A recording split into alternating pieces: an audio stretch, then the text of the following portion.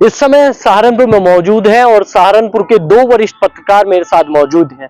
एक तो है मुस्तफा भाई जो कि कैराना लोकसभा और सहारनपुर लोकसभा पर पूरी तरीके से अपनी विवरण कर रहे हैं, लोगों के बीच में जा रहे हैं, और दूसरी तरफ है पुरुषोत्तम सैनी जी जो केके न्यूज चलाते हैं। अब बातचीत ये करनी है कि 2024 में जिस तरीके से सहारनपुर की बात हो रही है कि सहारनपुर में 3 कैंडिडेट हैं। एक तो राघव लखनपाल है जो कि बीजेपी से है, तो दूसरी तरफ है इमरान मसूद जो कि गठबंधन से है, तीसरे नंबर पर है माजिद अली। अब इनमें क्या होने वाला है, क्योंकि इन दोनों ने जाकर पूरी जनता से बातचीत करी है, निचोड़ इनके पास पूरा है, तो आज इनसे ही शुरुआत करते हैं। मुस्तफा भाई, आपका स्वागत है चैनल पर। जी बहुत बहुत स्वागत, बहुत बहुत धन्यवाद आपका भी। कैसे देखते हैं मुस्तफा भाई, अगर जो सहारनपुर की बात करें, इमरान मसूद है, राघव लखनपाल है और माजिद अली है, इन तीनों की बात कर ले तो कैसा चुनाव आपको दिखाई दे रहा है? क्योंकि कल राजपूत समाज ने भी बैठक करी है और 6 तारीख में क्या कहते हैं पीएम मोदी भी यहाँ पर आए, तो अब क्या लग रहा है कौन किस नंबर पर है, कैसी टक्कर है, ये सारा बता दीजिए। देखिए सार्थक भाई, इसको समझने के लिए आपको पिछले 2 चुनाव देखने पड़ेंगे, एक तो 2014 और 2019। क्योंकि मुस्लिम हर बार, मुस्लिम क्या, खास तौर से इमरान मसूद का एक नारा रहता है कि बीजेपी को हराना है, बीजेपी को हराना है। और मुसलमानों ने 2 बार एक्सपेरिमेंट करके देख लिया। एक बार संपूर्ण मुस्लिम 2014 में इमरान के पास गया और इमरान फिर भी चुनाव हार गए करीब 65,000 मतों से। उसके बाद 2019 का चुनाव आता है, इमरान मसूद कांग्रेस के टिकट से लड़ते हैं, सपा बसपा गठबंधन से हाजी फजलुर रहमान लड़ते हैं, और तब भी इमरान पूरी जोर शोर से मुकाबले में दिखाने की कोशिश करते रहे। और जो उनके समर्थक हैं उन्होंने बतौर ये दिखाया भी कि इमरान ही चुनाव में, इमरान ही चुनाव में है, और इमरान मसूद को 2,07,000 वोट भी हासिल हुए। और पिछली बार 4,10,000 वोट मिले थे 2014 में, और 2019 में 2,07,000, यानी कि आधे पे सिमट गए लगभग। आधा मुसलमान किधर गया? हाजी फजलुर रहमान के पास। आधा रुक गया इमरान के पास। जीत किसकी हुई? फजलुर रहमान की। सीधी सी बात है, यदि आधा मुस्लिम भी बसपा के जो मैन वोटर है उनके साथ अगर मिलता है मुस्लिम, तो यहाँ से मुस्लिम चुनाव जीतता है। ये सिंपल सी बात है। लेकिन आपको लगता क्या है, क्योंकि अगर जो आपने 2014 की बात करी, 2019 की बात करी, लेकिन ये 2024 है, अब की बार कहा जा रहा है कि माजिद अली का इतना बड़ा वजूद नहीं है कि वो इमरान मसूद को टक्कर दे पाए, क्योंकि माजिद अली का साफ तौर पर कहना है कि मेरी टक्कर अगर जो किसी से है तो मेरी इमरान मसूद से टक्कर है। उधर इमरान मसूद कह रहे हैं मेरी बीजेपी से टक्कर है। तो आपको क्या लग रहा है कि इन दोनों के बीच में क्या मुसलमान इमरान मसूद पर नहीं जाएगा, माजिद अली पर जाएगा? देखिए, इमरान मसूद पिछली बार चुनाव लड़े थे हाजी फजलुर रहमान कुरैशी के साथ जी, कुरैशी के सामने भरपूर कोशिश की कि कुरैशी साहब हारेंगे, इमरान जीतेगा या बीजेपी जीतेगी जी। लेकिन कुरैशी साहब जीत गए। कुरैशी साहब की जो बिरादरी है वो कहीं ना कहीं फील किया उन लोगों ने कि ये हमको नहीं चाहता, क्योंकि हमेशा से रशीद मसूद परिवार का दबदबा रहा है सहारनपुर पे। 9 बार के सांसद रहे हैं, तमाम मुस्लिम उन्हीं से वोट देते आए। तो कुरैशियों ने ये बात फील की कि यदि हम लड़ते हैं तो इमरान मसूद हमें नहीं चाहता। अब दूसरे नंबर के अब गाड़ा समाज से हैं माजिद अली। आप कह रहे कि माजिद अली को कैसे मुस्लिम वोट देगा, इस तरह की बातें चलती हैं। वो नॉन पॉलिटिकल आदमी है, लेकिन अगर आप जातिगत समीकरण देखते हैं तो 2 लाख के समथिंग यहाँ पर गाड़ा समाज का वोटर है।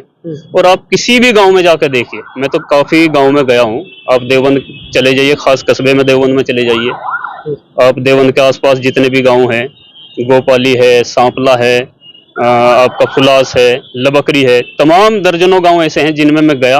और आप कहीं भी जाकर के आप ओपिनियन ले सकते हैं पब्लिक की। गाड़ा समाज तो मैं कहता हूं कि 95% माजिद के साथ खड़ा हुआ। अब 2 लाख वोट अगर माजिद अली के साथ एक ही बिरादरी के चले गए तो फिर इमरान मुकाबले में कहाँ रहते हैं? बताइए आप कहाँ रहेंगे मुकाबले में? इमरान मुकाबले में एक शर्त पर आ सकते हैं, यदि 2014 की तरह तमाम मुसलमान इमरान के पीछे लामबंद हों, तब इमरान चुनाव में है। लेकिन ये कंडीशन मुझे तो नहीं लगती कि कहीं है। और दूसरी तरफ समाजवादी का जो वोट है, आपके मुस्लिम नेता हैं, फिरोज आफ्ताब गाड़ा जी हैं, कहाँ हैं आज? पार्टी छोड़कर इधर चले गए माजिद अली के साथ। मजाहिर मुखिया कहाँ हैं? फरहाद गाड़ा कांग्रेस समाजवादी के नेता हैं, आज भी अखिलेश की तारीफ करते हैं, लेकिन इमरान मसूद पर कटास करते हैं। राव के जो जितने भी गांव हैं, राजपूत समाज, जो मुस्लिम राजपूत समाज हैं, तमाम में माजिद अली का प्रोग्राम हो रहे। तो मैं नहीं समझता इमरान मसूद चुनाव में इस बार है। इमरान मसूद के लिए चुनौती है कि पिछला 2019 का आंकड़ा छू पाएंगे या नहीं छू पाएंगे, मुझे तो संदेह है। संदेह जी। अच्छा, पुरुषोत्तम जी, आप कैसे देखते हैं, अगर जो बात कर ली जाए राघव लखनपाल इमरान मसूद की, कहा जा रहा है कि इन दोनों के बीच में फाइट होनी है, इन दोनों को बीच में रहना है और इनका ही समीकरण सारा बनता है। तो आपको क्या लगता है, क्या समीकरण अब की बार वो वाला बनने वाला है? क्या इमरान मसूद तीसरे नंबर की लड़ाई लड़ रहे हैं अब की बार? वास्तविकता तो जो है आप देखते होंगे, अभी तमाम क्षेत्रों में जा रहे हैं, मुस्तफा भाई भी जा रहे हैं। जैसे इन्होंने कहा कि गाढ़ा जो समाज है 95% माजिद अली के साथ है। पहले तो मैं आपको एक चीज बताना चाह दूं कि कोई भी प्रतिनिधि जो बनता है या भी कोई समाज का नेता बनता है तो 36 बिरादरियों का वोट लेके वो चुना जाता है। और आप कह रहे हैं 95% की बात, हम भी तमाम क्षेत्रों में जाते हैं तो आज भी जो गाढ़ा समाज है वो इमरान मसूद के साथ है। क्योंकि जब इमरान मसूद साहब कोई भी भाषण देते तो उनके अंदर एक ऐसी कला है, वो वोटरों को अपनी ओर आकर्षण कर लेते हैं।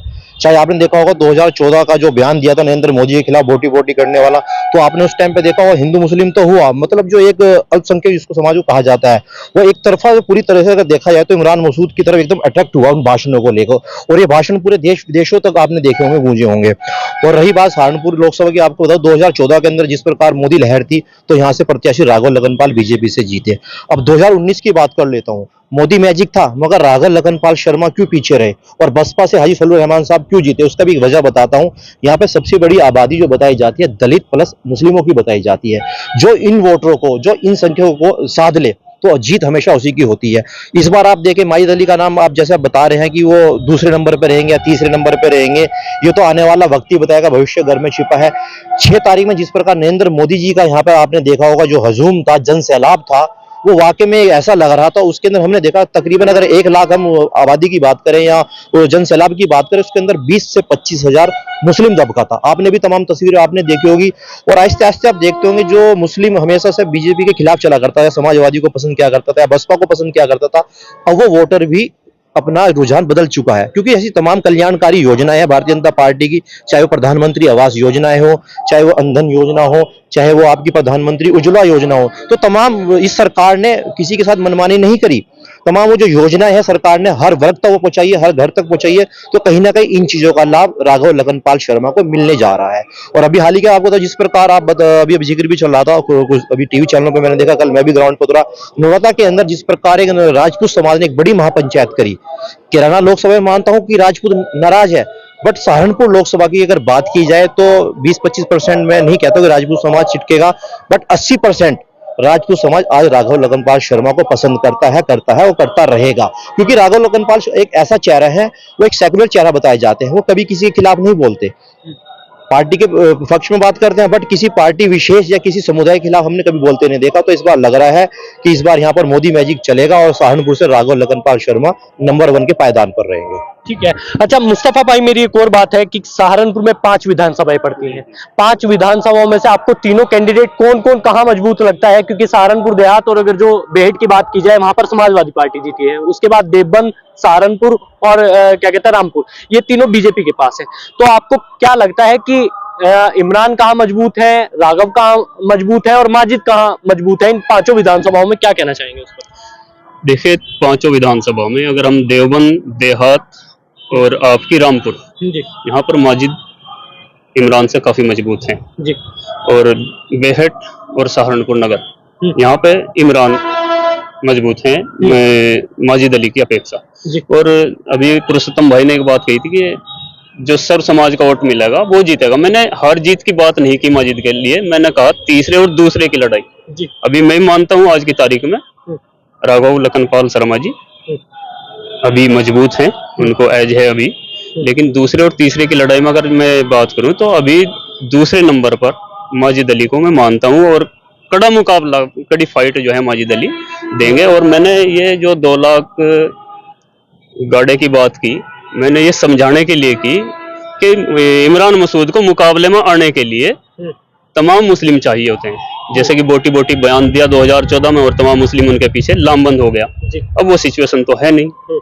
और जिस हिंदू हृदय सम्राट की, जो देश के प्रधानमंत्री, उनकी बोटी बोटी करने वालों को हिंदू वोट क्यों देगा? मैं नहीं समझता उनको हिंदू भी वोट देगा, क्योंकि उनकी शब्दावली ही कुछ ऐसी है। और दूसरी, आप ये देहात से विधायक हैं आपके आसिम मलिक जी, कहीं चुनाव प्रचार में दिख रहे क्या गठबंधन के प्रत्याशी हैं इमरान मसूद? क्या कहा था उनके लिए? सरहद और गरद की इस तरह की कुछ बात कही थी जो बोली नहीं जा सकती।